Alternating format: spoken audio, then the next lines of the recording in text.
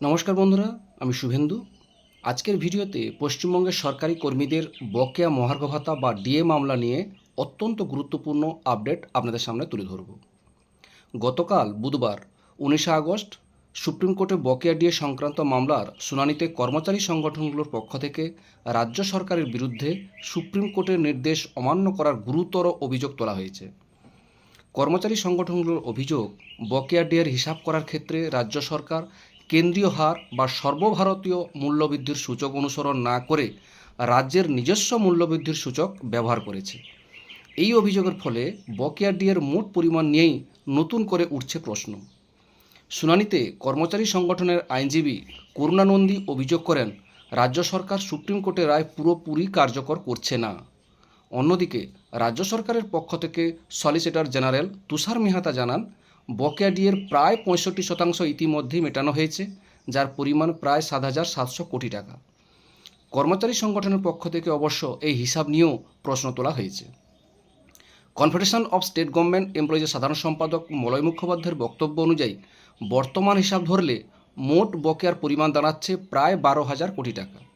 কিন্তু এর আগে রাজ্য সরকার সুপ্রিম কোর্টে জানিয়েছিল সম্পূর্ণ বকেয়া ডিএ মেটাতে প্রায় 41,000 কোটি টাকা প্রয়োজন।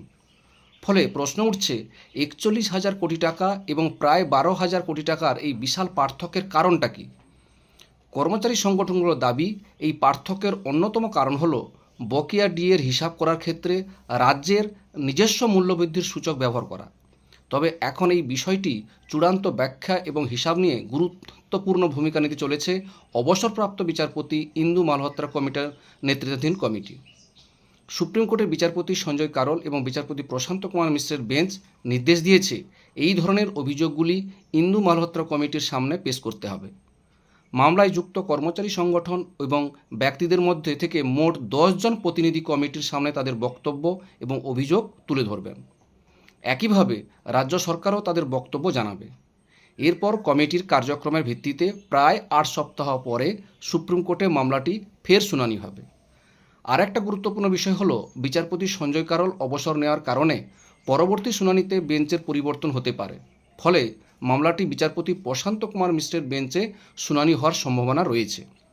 অর্থাৎ আপাতত বকেয়া ডিএ নিয়ে চূড়ান্ত নিষ্পত্তি হচ্ছে না, বরং ডিএর হিসাবের পদ্ধতি, রাজ্যের হিসাব বনাম কর্মচারী সংগঠনের দাবি এবং সুপ্রিম কোর্টের নির্দেশ কতটা কার্যকর হয়েছে, এই বিষয়গুলি আগামী পর্যায়ে বিশেষ গুরুত্ব পেতে চলেছে। তবে মনে রাখতে হবে, এগুলো শুনানিতে উঠে আসা অভিযোগ এবং বক্তব্য। চূড়ান্ত সিদ্ধান্ত বা হিসাবের বৈধতা নিয়ে পরবর্তী শুনানি ও কমিটির রিপোর্টের অত্যন্ত গুরুত্বপূর্ণ হবে।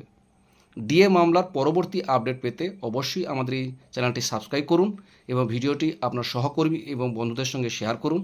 আজকের মতো এখানেই শেষ করছি। সবাই ভালো থাকুন, সুস্থ থাকুন। ধন্যবাদ।